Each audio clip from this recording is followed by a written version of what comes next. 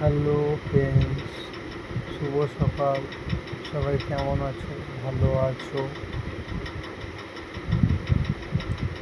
মেয়েটাকে নিয়ে একটু বাইরে বেরিয়েছি দুধ আনতে। পাশের বাড়িতে দিয়ে গেছে সকালবেলায় 6টার সময়। আমি একাই বেরাই, যে মেয়েটা কাজ ছিল বলে ওই জন্যে মেয়েটাকে নিয়ে বেরিয়েছি। আমারও একটু শরীরটা খারাপ খারাপ আছে, ঠান্ডা লেগেছে। মেয়েটাকে দুধের প্যাকেটটা দিয়ে দিয়েছি।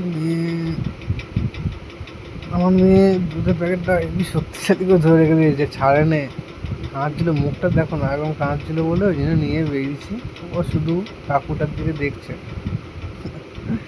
কাকুটা ঘরে ঢুকে পড়েছে। এমনি লোক দেখলে শুধু এদিক ওদিক চমক করে। চলো, দুধের প্যাকেট নিয়ে চলে এসেছি, চলো ঘরে যাওয়া যাক। ঠিক আছে, আমার মেয়ে ঘরে নিয়েছি, দেখি দুধের প্যাকেট নিয়ে বসে গেছে খেলতে। হাসি দেখো, হাসি খুব ফেমাস।